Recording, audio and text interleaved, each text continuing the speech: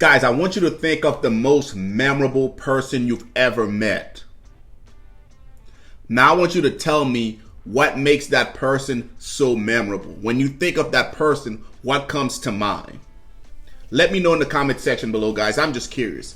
With all that said, let's get into how to become memorable as a Special Forces guy. I'm going to give you 10 specific things that I've noticed till this day about my Special Forces buddies, leaders, dudes that I've come across that till this day I can still pinpoint that specific thing and remember them. These are in no particular order, guys, but here are 10 ways you as a Special Forces guy can become memorable. Number one, you can be a dirtbag. Yes, that's right. You could be memorable by being just a flat out dirtbag. Till this day, I remember this dirtbag that we have over a 3rd Special Forces group that broke into our team room while we were down range, stole a bunch of equipment to include my personal AR, and he went down and pawned it at the pawn shop. That name will forever be in my mind, and I will forever associate that guy as being a dirtbag for what he did. Now, I don't recommend taking that route to becoming memorable, but it is a way that you as a Special Forces guy can become memorable. Moving on to number 2, a second way that you could become memorable is by being a coward. As a Special Forces guy, we're expected to run towards the bullets. We're expected to want to engage in firefights. We're expected to be bold and brave. Now, once you go against the grain and you coward or you hide or you duck out on a firefight, eventually word's going to get around and your name will be associated as the guy that performed that act. And you will be labeled a coward. And word will spread like wildfire, not only in your parent group, but throughout all the other groups. And you will forever be known as that guy, and you will be memorable throughout the entire regiment. A third way that you as a Special Forces guy could be memorable is if you are a awesome leader. Till this day, guys, I can remember all the awesome leaders that I've had. In creating my own leadership style, I'll take tidbits from all the good leaders that I've had and I'll combine them together. And as I go to make decisions, I would think back as to what would that person do or how would that person handle this particular situation, and then I would go execute. Whenever I mentor my subordinates, I would tap into those guys' leadership style and mentor them. So it's my way of paying homage to all the good leaders that I have by sharing their leadership philosophies to everybody that's below me, and then them to everybody that's below them, keeping their leadership philosophy alive. So that's a way that you can be memorable as a Special Forces guy, is just by being an overall good leader. Number 4, guys, you could be memorable by also being a shitty leader. Now, I speak from experience, guys. As I was crafting my leadership style, I looked at all the bad leaders that I've had and I put them all in a bucket, and I say to myself, hey, I do not want to be like that person. So I will take every bad leadership trait that those people had and I would remove them from my leadership style.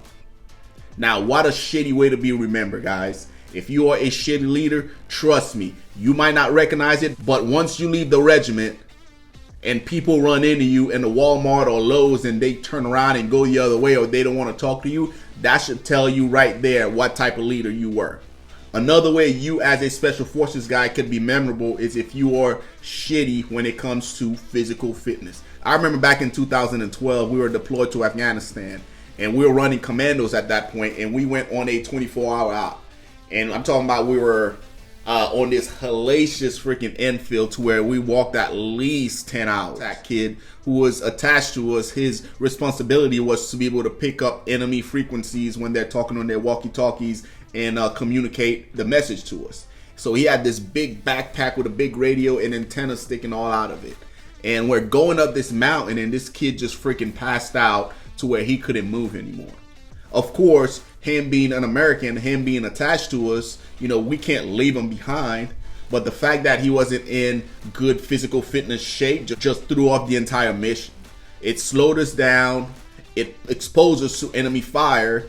And we had to wait until he recovered so we could get up and move again. I remember him telling my leadership to just leave him there and going without him. And of course, that's not something we can do. We can't leave an American on the objective outside the wire and then we push on and going without him. But I will forever remember that kid, mainly because of the physical condition that he was in and the situation that he put us as an ODA in. So yes, if you want to be memorable, I'm not recommending it, but be in shitty shape and go out on a mission and not be able to hold your own and slow your entire team down. I guarantee you, not only will you not have a team, but you will always be remembered as that fat dude that slowed everybody down.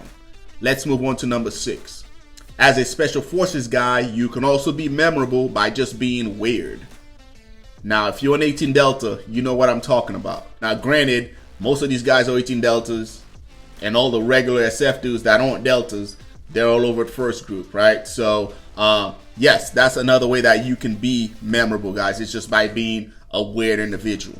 Everyone remember those dudes for whatever reason. Number 7, guys, you could be real memorable if you do something that is out of the norm or beyond your scope of duty.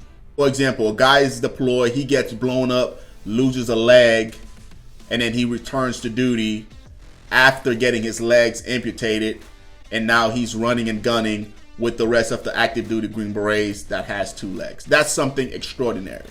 The amount of stuff that guy had to go through to rehab his body and get to the point where he can physically perform, that's beyond the norm. So if you do something like that, guys, I guarantee you, you will be memorable. Moving on to number 8, guys, you could be very memorable if you get the right type of award. For example, Silver Star, Distinguished Service Cross, Medal of Honor. That is another way that you as a Special Forces guy can forever be memorable and edge your name into history.